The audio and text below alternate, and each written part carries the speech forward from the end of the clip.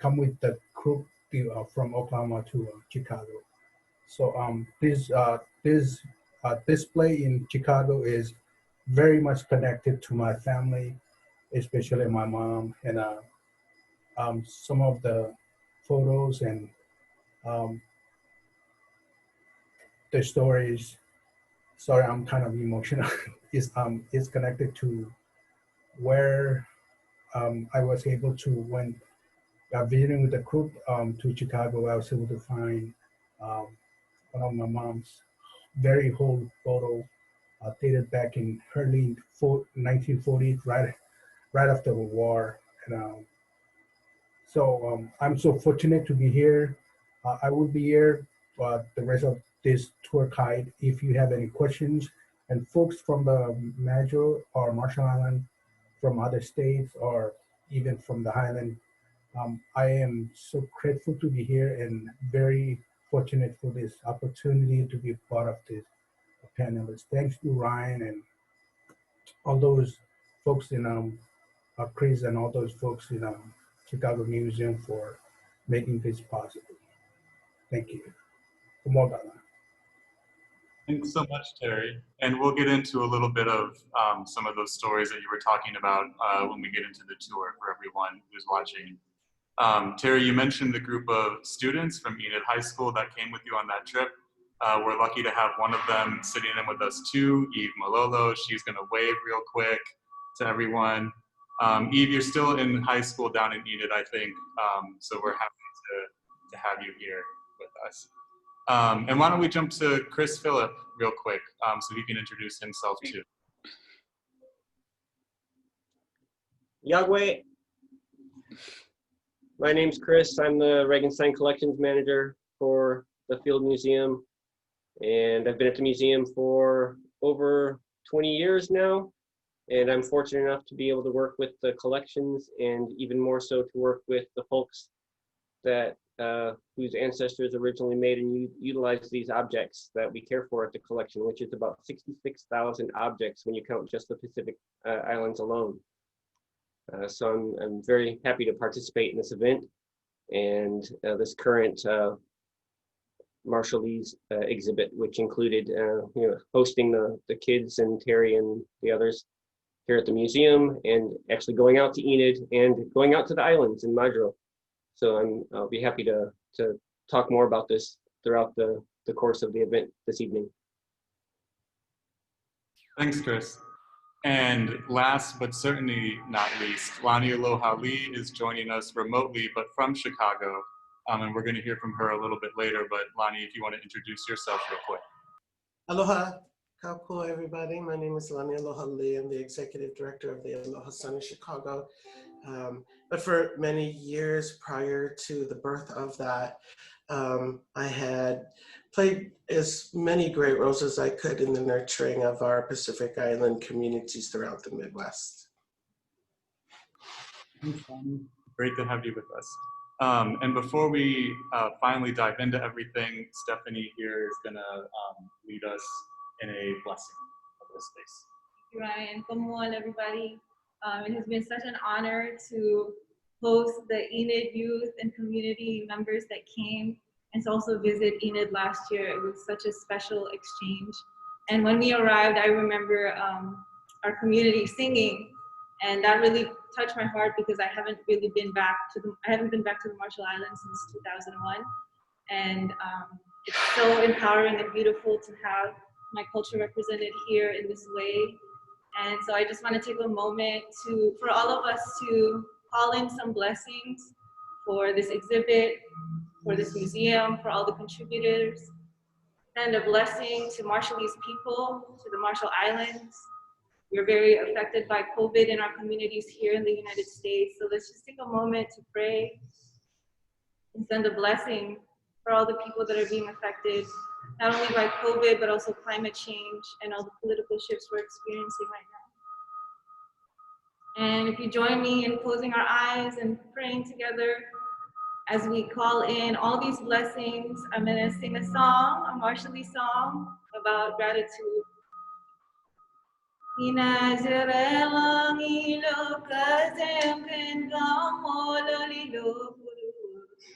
Nazareth ilokazem neva. Inazabarini nesranewani seakamana. Inazlamlenwe akamana. Oh, akamana ya, akamana ya. Inazlamlenwe akamana ya. Akamanaya, Akamanaya, Inazlalenwe Akamanaya. Thank you so much. And if you feel called to share any of those blessings that came to you, please enter them in the chat box. Any blessings you want to call in for your community, for your family, let's take this moment to share that with one another and take this moment to give thanks to be alive, to give thanks for our health, for our family, and to be able to represent our culture. As you see behind me, we have the Marshallese Flag, and it is such an honor to bring our home to all of you here, and to have, we have 65 people, attendees. We wouldn't have that if you were here live. We can only have 10 people in each exhibit. So this is such a blessing that we can walk through here together. And I just want to put a note out there as you all are experiencing this exhibit. If there's anything, any events, any community events, or any Marshallese happenings, or resources, artists, or stories you want to share, please put them in the chat. Our friend Katie with the museum is going to be collecting those, and we can share that resource at the end. And I also want to make a note that we will be going around. There are screens that have information and videos on them. We will be touching them this time, but the museum is not allowing that during COVID. So we will be touching them this time exclusively for this event, and it will be sanitized, especially for each of you to experience it as if you were here. So without further ado, I will pass it on. We will be moving together through this exhibit together. Yeah, thanks, Stephanie, for all of that. Yeah, so why don't we get into it? So everyone who you'll hear from knows the story of kind of how this came together, but we have some photos that we want to show you for everyone who's tuning in for the first time into this project, just to see how all of this happened. But before we do that, Chris, if you could just say a few words about co-curation at the Field Museum, particularly around the Pacific collection and exhibits here, that'd be great. Sure. So for a very long time, probably far too long, museums like the Field Museum haven't really taken advantage of the opportunity they have to work together with people from communities around the globe to share, what we have at the museum, to learn, and for communities to share along with us, to work together, to collaborate. And so in the front of the Pacific Hall, about 5 years ago now, we had a big change to the hall that we're visiting today. This is an exhibit that's been up, that was up 30 years ago. So for 25 years, the exhibit was up and kind of showed the view through the spectacles of a curator, A.B. Lewis, who was a curator that went on the expedition between 1909 and 1913 and collected, somewhere between 15 and 16,000 objects for the museum. And that stayed the same for many, many, many, many years. About 5 years ago, we had the opportunity to re-envision how we were going to use the front of this hall, which was formerly called Pacific Spirits. Today is the Regenstein Halls of the Pacific. And so in this re-envisioning, well, first we wanted to go through a change of the hall, since it was stagnant for those 25 years, not much changing at all in those halls. And so with this new kind of like a new paint job in the hall and some new photos, we actually had nothing from Micronesia or the Marshall Islands on display in this particular hall. there is in the adjacent hall traveling the Pacific a full-size canoe that was made by Jim Jimna that was brought in for the exhibition. But that was it. There was no real other, if you walk through the halls, you kind of got the picture that things were like they were in the early 1900s, and that, you know, were people still there in the Pacific? What kind of things were going on in the Pacific?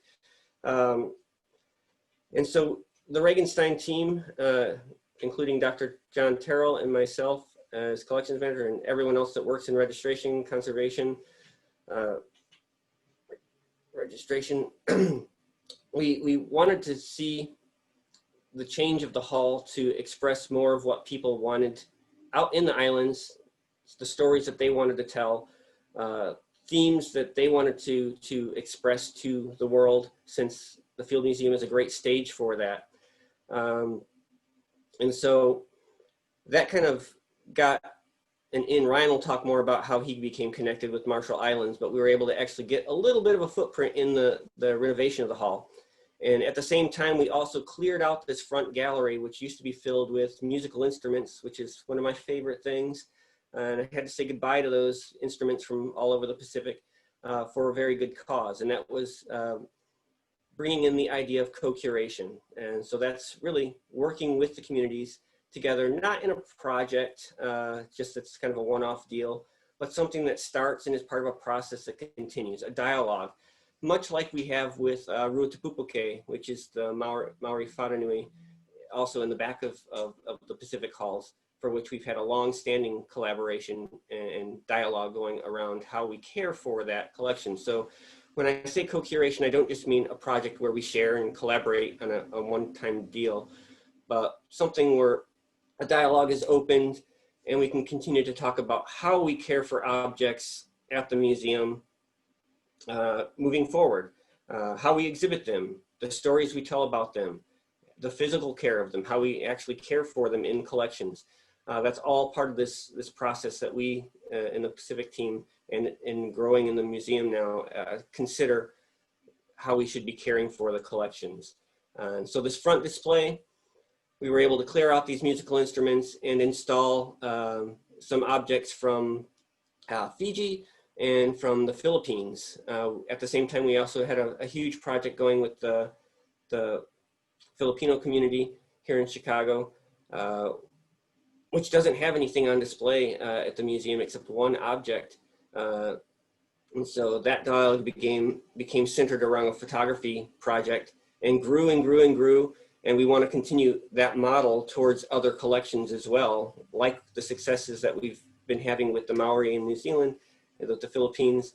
And each object has a story. Each community has stories they want to tell. The objects are the bridges that can tell those stories. And the Field Museum is a great venue where that can all come together, where we can tell these stories together. And so that's what's happened in this most recent exhibition with the Marshall Islands.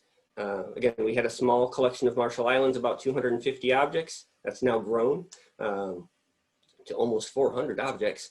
But more importantly, we began a connection through the renovations of the hall, and then began to grow those connections, both in Enid, Oklahoma, and then out in Majuro a year ago. We were just talking about this yesterday, Ryan, and I can't believe it's been a year since we were out in Majuro visiting. And we'll talk more about how that trip went later on when we go, but that's kind of co-curation in a nutshell and how it relates to this exhibit. Thanks, Chris. Yeah, I can't believe it was a year ago. I'm gonna share my screen now, Katie, if that's okay. I hope you all can see this. Just a few, can someone nod if you can see this? Great, thanks Lonnie. So just a bit of some photos of how this process came together. So we first connected with the island of Enid High School in 2019 when I went down there at the invitation of Cindy Black and Lori Palmer of Enid High School. Thanks to you both if you are tuning in as well.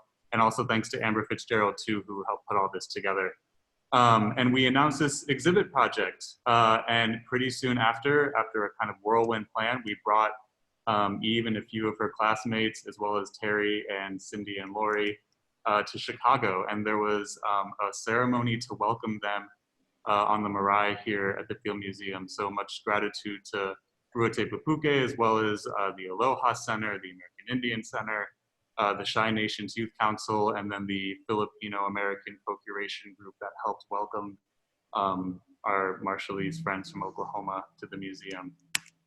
While they were here, they got kind of a crash course of how the Field Museum works and how exhibits are made, and toured the existing Pacific exhibits that Chris had talked about.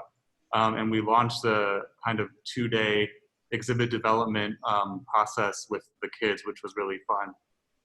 And there's just a group of folks after the ceremony touring some of the existing exhibits. What was really great for us was to watch the students talk about what they liked and what they didn't like about the existing exhibits at the museum. This was the list of what works, which is very different than the list of things that didn't, which is really interesting to see, and great thoughts for us to consider going forward, and actually led to the redevelopment of some of the graphics in the adjacent Pacific Hall that will be installed in the near future, right? Yeah. We got to visit the collection, look at a lot of the historic items from the Marshall Islands that are here, which Chris, I think, ranged from the late 1800s to the 1980s, I believe. Correct. Yeah. And then after they had seen everything, we asked the kids to think about what they would want to put into an exhibit. And you can see kind of the rough floor plans that they drew correspond to the space behind us. And Monisa and I put together a rough plan for how to incorporate their ideas. We synthesized it. And then right before they left, Lonnie and the American Indian Center were gracious enough to host a community potluck, which was a lot of fun. Monisa, Stephanie, Chris, and I then went to Enid, presented our sort of proposed plan back to the students, as well as the rest of their classmates at Enid High School, toured different places in the community, met with different folks. Terry, maybe you can tell us a little bit about this. So my mom was on her way from school that day, and she was with a friend, and then all of a sudden she saw a white guy that was walking on the beach, hanging within a camera, and then he asked her if she want a photo, and you could see the photo that she's holding. She's not smiling because she's confused why the military guy wanted to take that photo. And then that was the last time that she remembered him taking the photo, and she never had a chance to look at the product of the photo until when we left to about a year ago. We went to the Chicago Museum. I remember she talked about this story when I was in I believe in high school on my freshman or sophomore class. And then reason why I recognize the photo is that because my youngest sister, she looked exactly like the young lady on the photo, and that's my mom. And when I came back from Chicago and talked about the story and the photo, she was kind of very emotional because she never had a chance to look at herself until Ryan and the team from Chicago came to our home in Enid and presented this photo. And this photo was taken back right after World War II. And she was in elementary school. I cannot recall right now what grade she is in, but from that photo, I could tell that she was,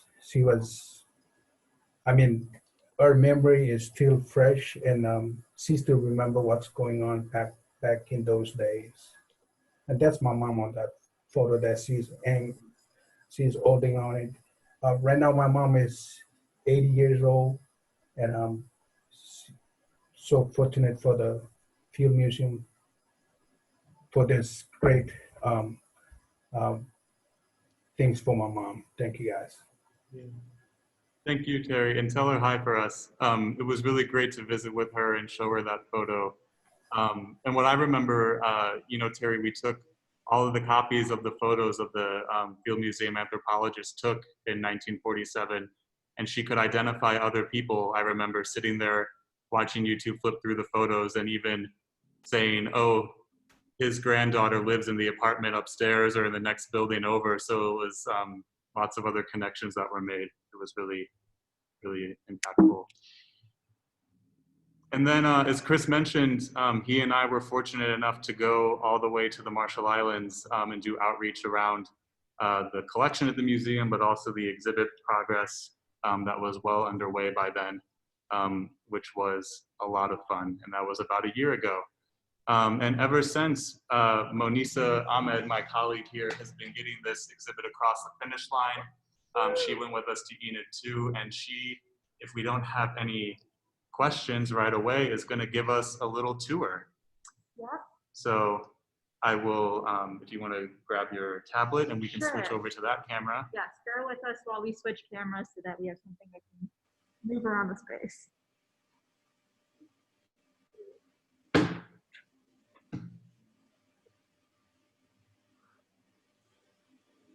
All right, Katie, go ahead and switch it.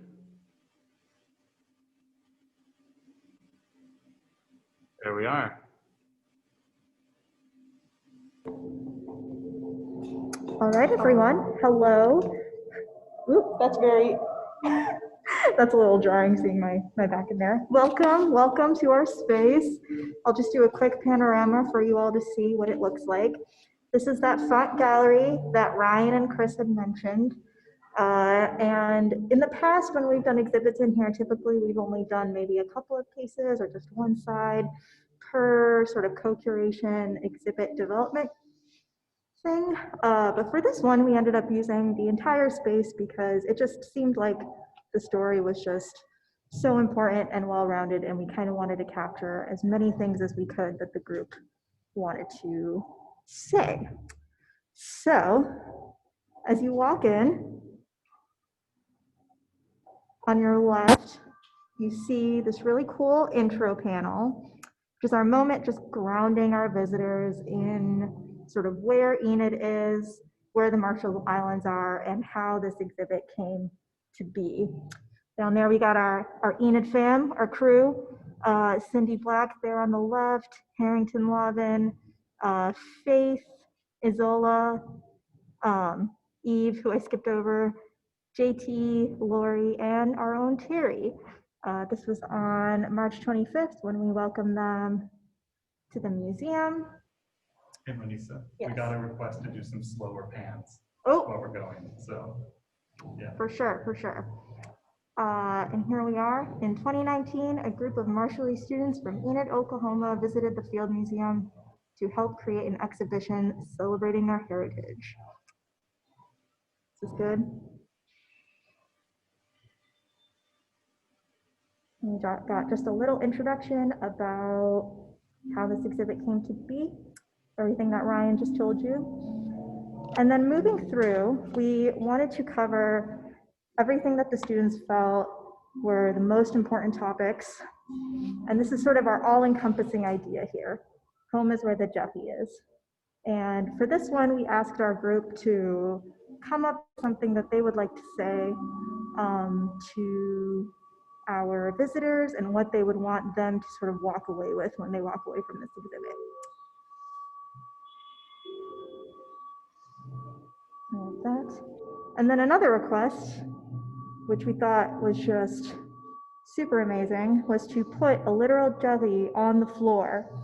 Initially, we were going to come up with a plan to allow visitors to actually step on it and sort of recreate that feeling of home is where the jelly is, give people that, you know, that sense of this is something that you would find in any Marshallese home, but given current COVID conditions, that won't be happening for a while.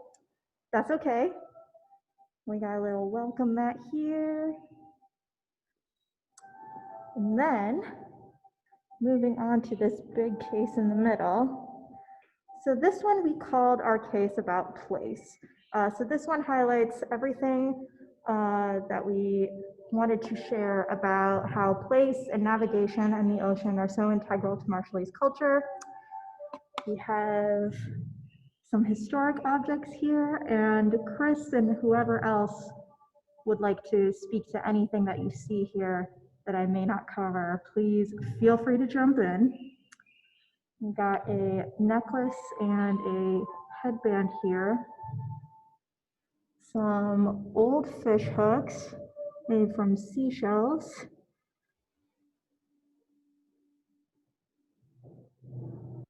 Back there, we have an older historical model canoe, model outrigger canoe. Unfortunately missing its sail, but hopefully we'll be able to fix that soon.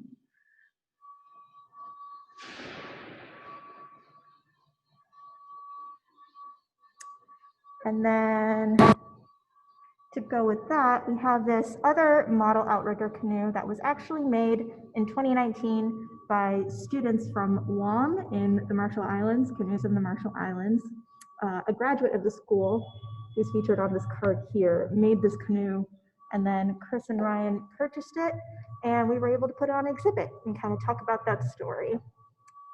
And in the back, we have a navigation chart of the different atolls and islands of the Marshall Islands, and told that story about how the Marshallese people, just like so many other wonderful people from the Pacific, were just expert, intuitive navigators of the sea.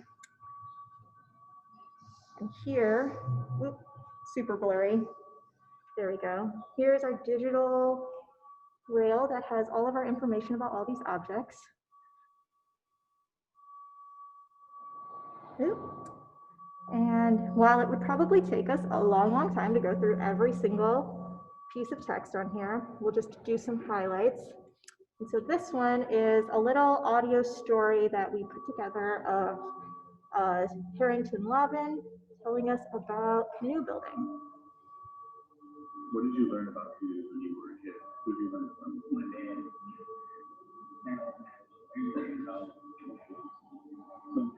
Built one, when I was a young man, we used to have a canoe. I don't know if we still do it at the island, because I haven't been there since 2007. But my first time being on a canoe is when I was 4, and he was teaching me how to sail one. And I think it's pretty difficult when you're little, you know? It's so confusing. But I got used to it, where, like, you know, on it, you sit it down, feeling cool. Yeah. There was just something about it that, like, made me feel good. But, like, sometimes whenever you're on there, you, like, feel, well, the way I feel is, I feel like how I can look back and see my ancestors, you know, navigating and, like, being on these canoes, like, traveling places to places, but, like, getting food from the ocean and just going back home to their families, you know? And here we have it. So like I mentioned, all of the sort of different tabs here on these digital rails kind of house the information we have about the objects, depending on the topic that they're about. This one's about using the ocean's resources, and we have the information for some of the wearable items and the fish hooks. And then we also got some photos. Shout out to Chewy Lin. I don't know if he's here, but he is He's a Madro-based photographer and videographer who did some amazing work that we've got featured in the exhibit. And then with this one of the most striking moments from when we were working on this exhibit and when the Enid group was here with us in the museum was that when we were looking at that navigation chart back there, they were sort of able to point out, you know, where their families were from, what islands they recognized, and, you know, it was just such a cool moment. And we wanted to take a moment to recreate that for visitors. So got this little map of the Marshall Islands that morphs into where the islands are on this chart.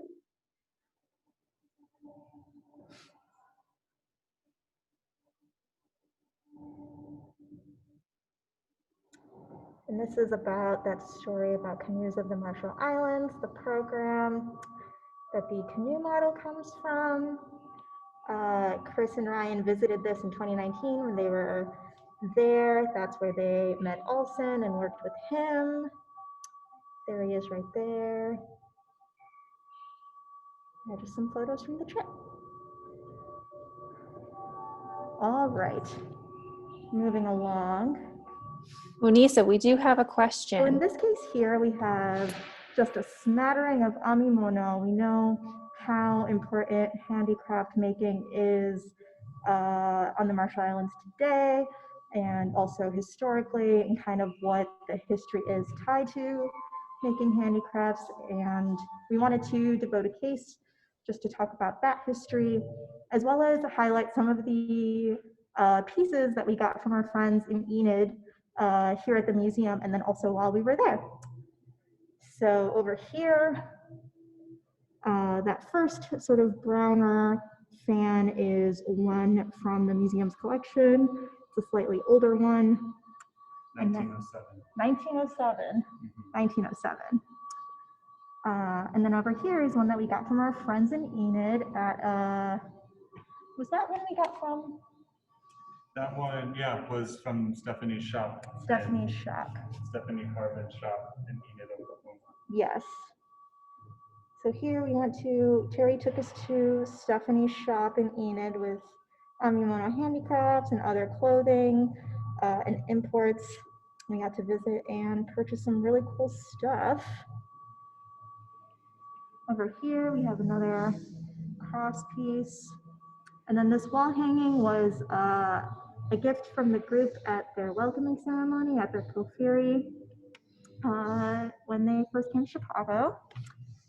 And then we got just a really pretty headband here.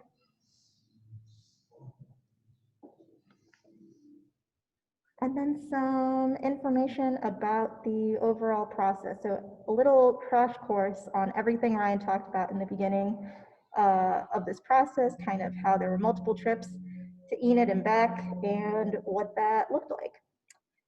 But first we sort of talk about amimono and kind of the history of colonization and the role that sort of plays in that. Do we have time to play this video? We can play this video. This is just a fun video. We asked the student group to capture these like little snippets, almost Snapchat-like moments of life in Enid, just things from various moments. And it came out to be super, super fun and colorful and full of dancing. That one's my favorite.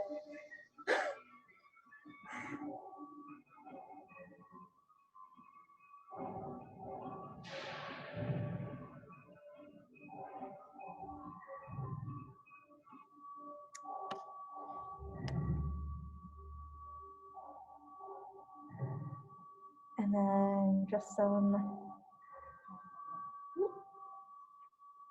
some text about what happened when the group came to Chicago, just telling our visitors about the story.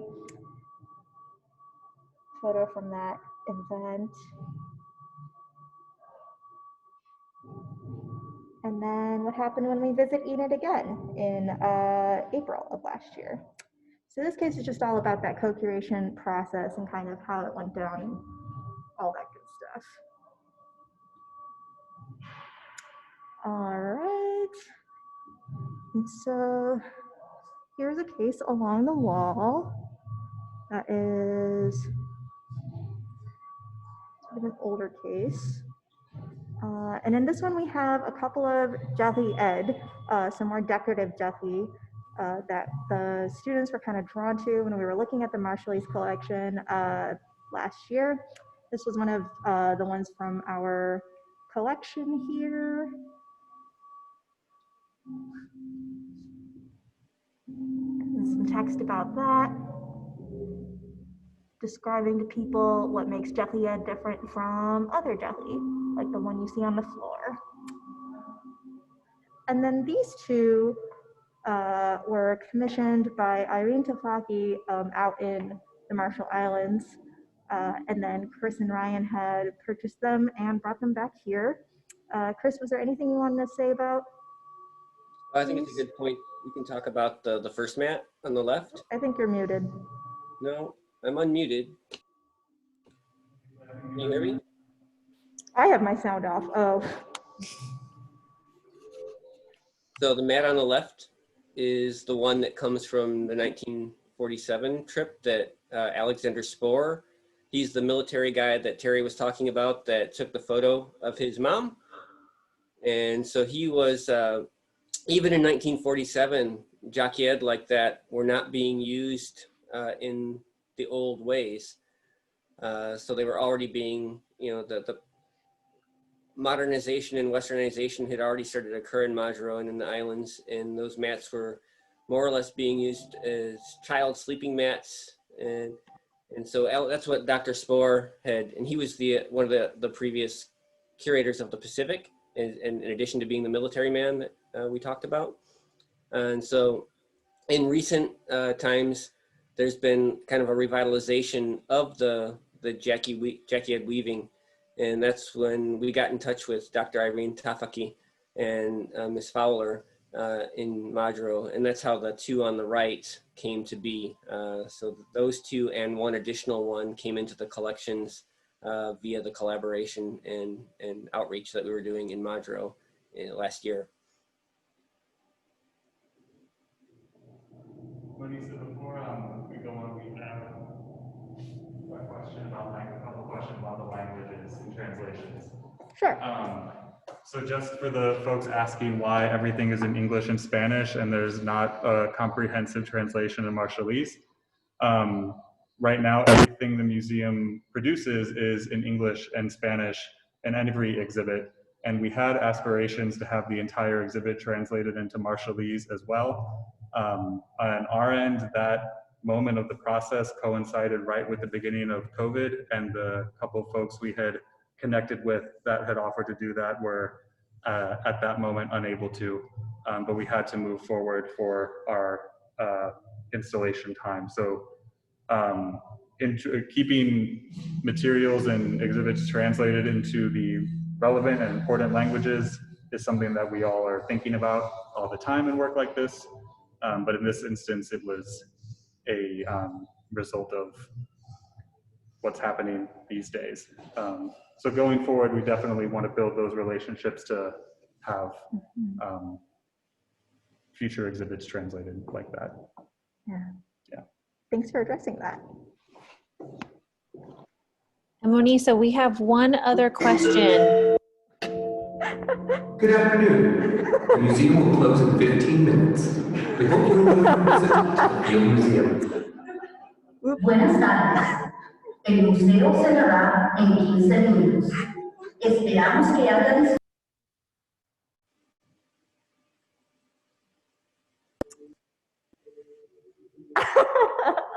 So that was our announcement that the museum closes soon, but that's irrelevant to us.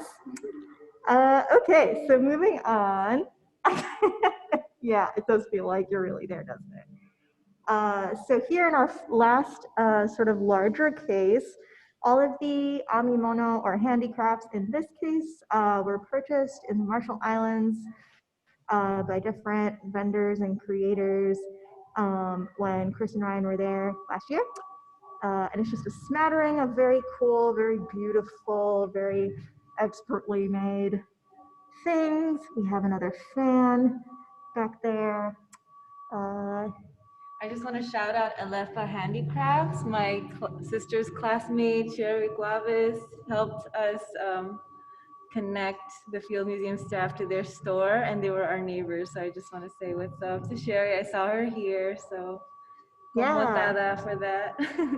Yeah. So correct me if I'm wrong, but we got these earrings, the baskets, and the belt from her shop, yeah? Yeah. I think this basket and one of the earrings. Okay. Yeah, the small earrings, the 2 round baskets, and the handbag and the And in belt. the back, we just have some materials. Chris is trying to say something. Sure.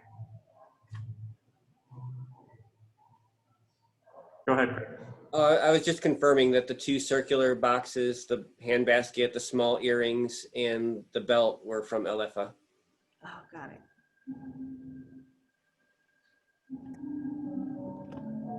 Great. So here is all of the information about what people are looking at a glance.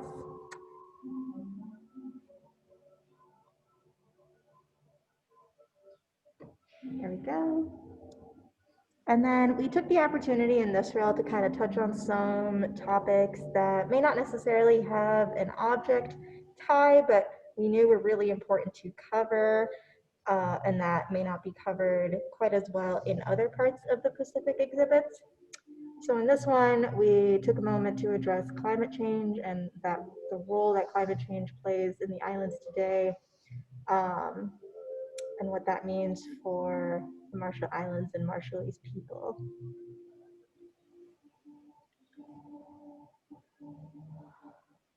Another one that we knew we wanted to address and just bring some light to were the impacts of nuclear testing. And we wanted to make it clear that this was something that was conducted by the United States and sort of bring visitors' attention to this particular moment in history and what that means for folks and the communities living there and also who moved here to the United States.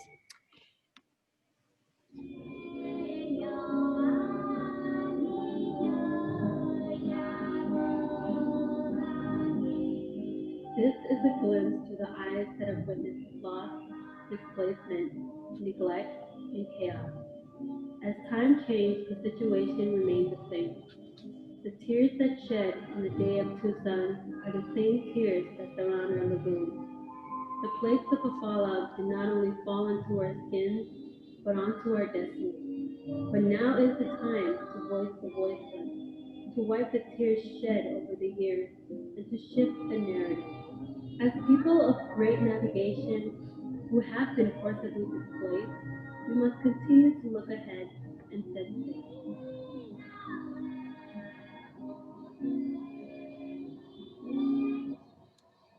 So that was just a short trailer for the film My Fish is Your Fish, a film created by MISA for the Pacific, an anti-nuclear student movement based in Fiji, and then filmed by Shui, who worked on some of the other stuff in the exhibit.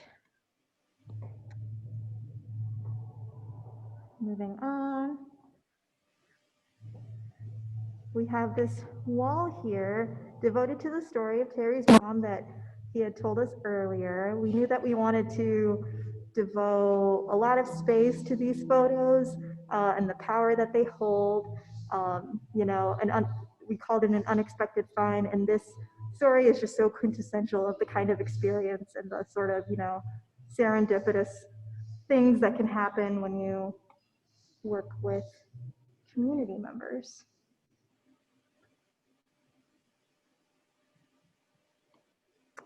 And then it's not playing right now because the sound would have interfered with this. But we had some little ukulele riffs that our friend Harrington, one of the students in the group, had done and recorded for us to play in the space. And so we wanted to shout out that he, you know, recorded these for us and that is what visitors would be hearing. Lonnie here is in this photo. This photo is taken at that potluck that Lonnie ran at the Aloha Center when the group was here last year. Shout out to all of the folks involved in that. May I just interject that was actually at the American Indian Center. And then just to add some color and some more moments of seeing the Marshall Islands in the space, we have some prints of photography from Chui Lin here. This one is just on the shores. The President's Day canoe race last year. And then this one you might recognize from that film we just saw, just a shot from that film. And there you have it.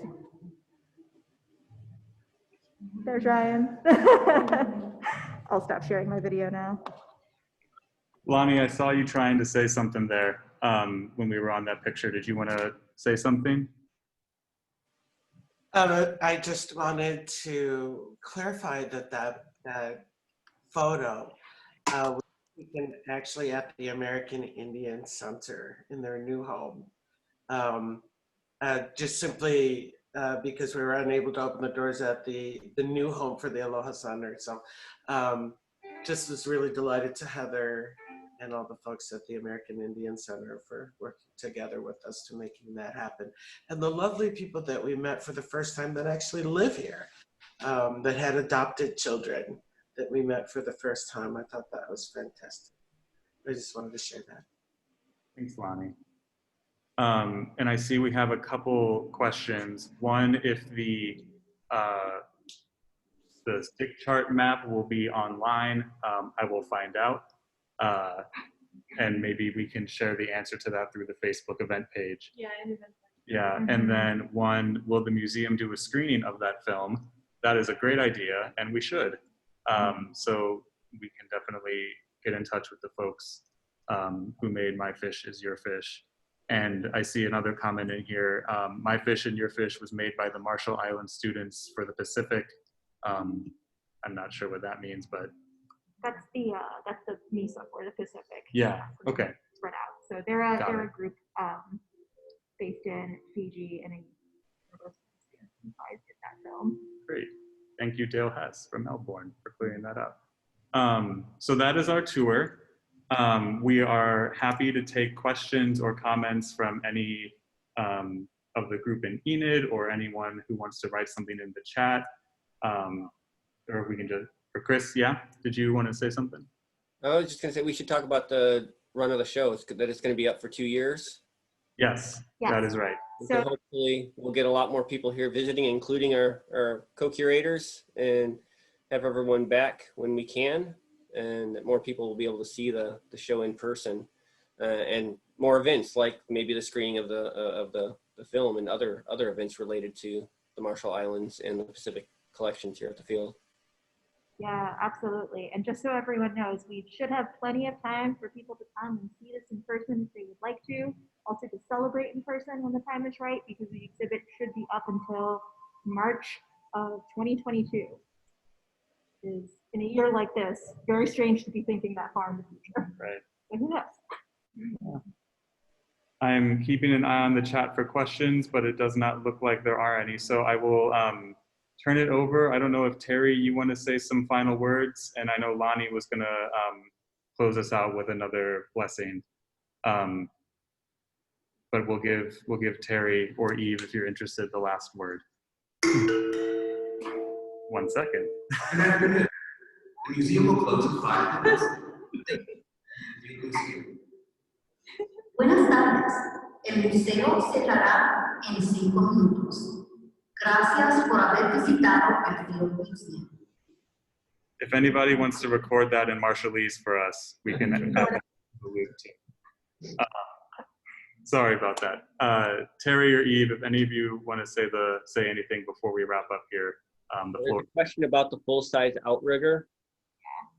Yes, that's still on display in the adjacent hall, and is peripherally part of this exhibit as well. So we are including it in like the next phase of the exhibit label writing that we're updating as a result of the visit from the students from Enid and our collaborations out in Madro and the Marshall Islands.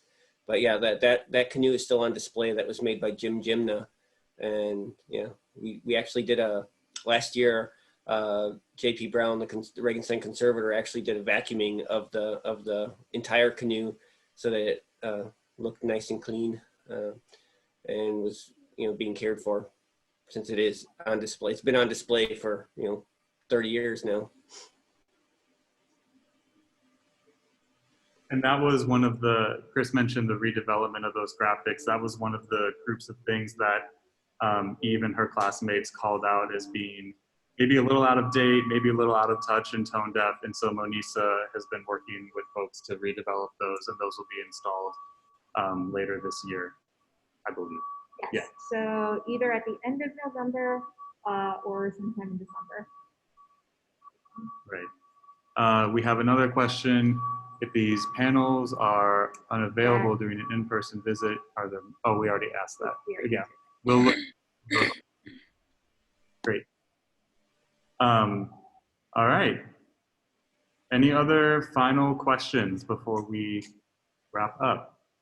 Anything you'd like to see again? Well, it's not a question, but I'd like to express this on behalf of the Marshallese community in Oklahoma, and as well as everyone that involved in this, and also from various communities in our states. Would like to say Komoltada for this great and wonderful display. It really brings back the momentum of us that even though no matter where we go, but we're still going to be a Marshallese or an Islander. And on our behalf, we'd like to thank the museum staff, Chris, Ryan, Monisa, Katie, and my Filipina sister. I love how you sing and memorize still remember the lyrics of the Marshallese music. And Lania, Aloha, thank you. And also Heath, Komolada for joining us. And you are a true leader. And please, if you have anything to add up to my word, please go ahead and say. But from the bottom of my heart, and I know that Mom is so happy about this. I told her that I'm coming to the Zoom, and she said, please say Yakwe to them with a great smile. So thank you, thank you, thank you. Keith, please. I don't have anything to say. I just wanted to thank the museum and Ryan and Monisa and Stephanie for this opportunity, and yeah, just thank you. Thank you, Eve, and thank you, Terry. And I know I saw Faith's name in the list of attendees. Her too. Thank you, Faith, and hope you're doing well.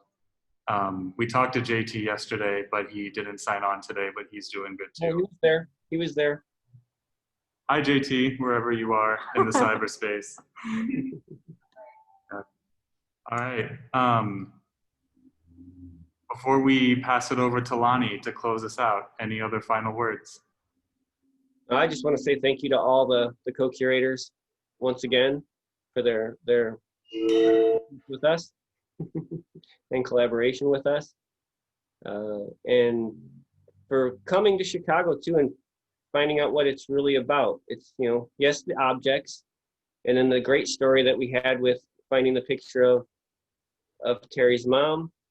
It's not just the objects, but the information that's associated with it, the objects. But what we're seeing right now, it's really co-curation. It's really about the people getting together, being together, and sharing. Thank you. Thanks, Chris. I second all of that.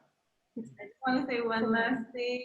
I am so grateful that you all joined us today. And how I'm seeing today is that it's a beginning for more programming, more conversation, more ways for Marshallese community and our allies and supporters to engage with this knowledge and the wealth of resources that we have, because especially in this changing time, I believe Marshallese stories and Marshallese experience is critical to how we're going to change the world for the better. We're seeing everything that affects Marshallese people: climate change, nuclear testing, COVID.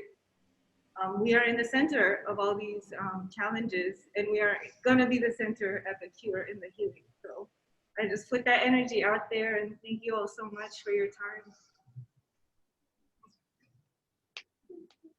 Go ahead, Lonnie. It's all yours. That is so hard.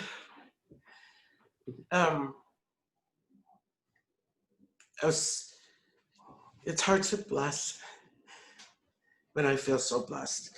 and I cannot resonate any more than the awesome words that were already spoken by everybody, that my aloha goes out to everyone. The thing that makes this different for me, before I give my blessing, that I wanted to share is that I've had the opportunity to watch this exhibit grow over the same decades that Dr. John Terrell had begun the process of getting to know the community. And it has taken great strides, but the biggest one, I think,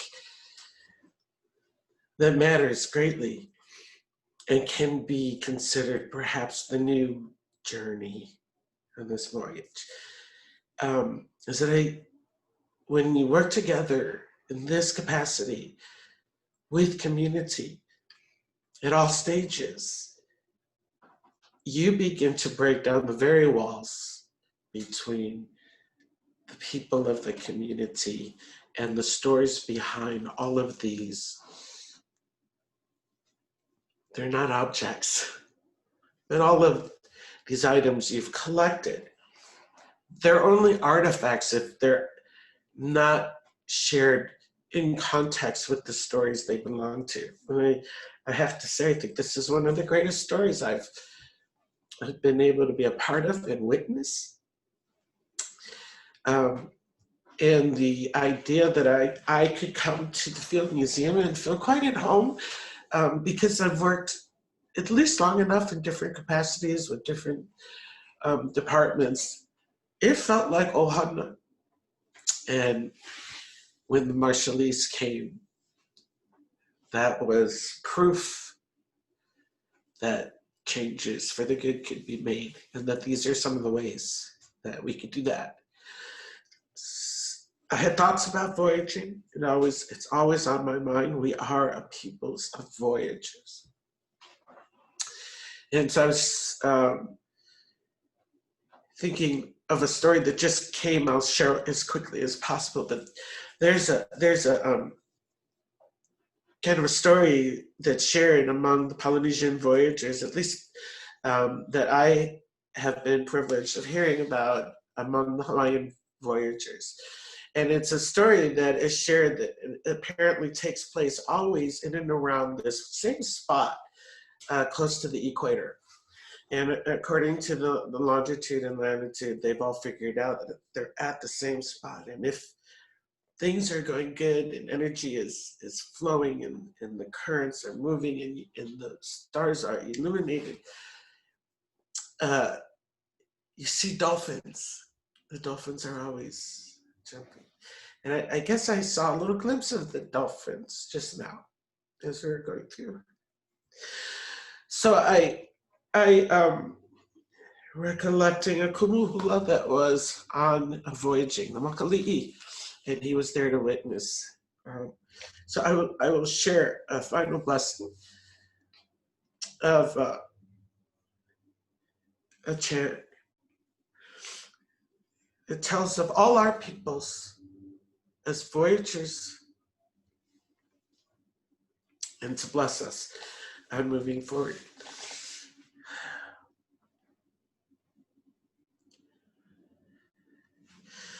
Yava anui, yava akioloa, yava apeleleu, alele mamala amanu ka amanu kai, ivi polena kaukahoku kauikamala mai. Yava anui, yava akioloa, yava apeleleu, alele mamala amanu ka amanu kai, ivi polena kaukahoku kaukamala mai. Amamawanoa. Aloha.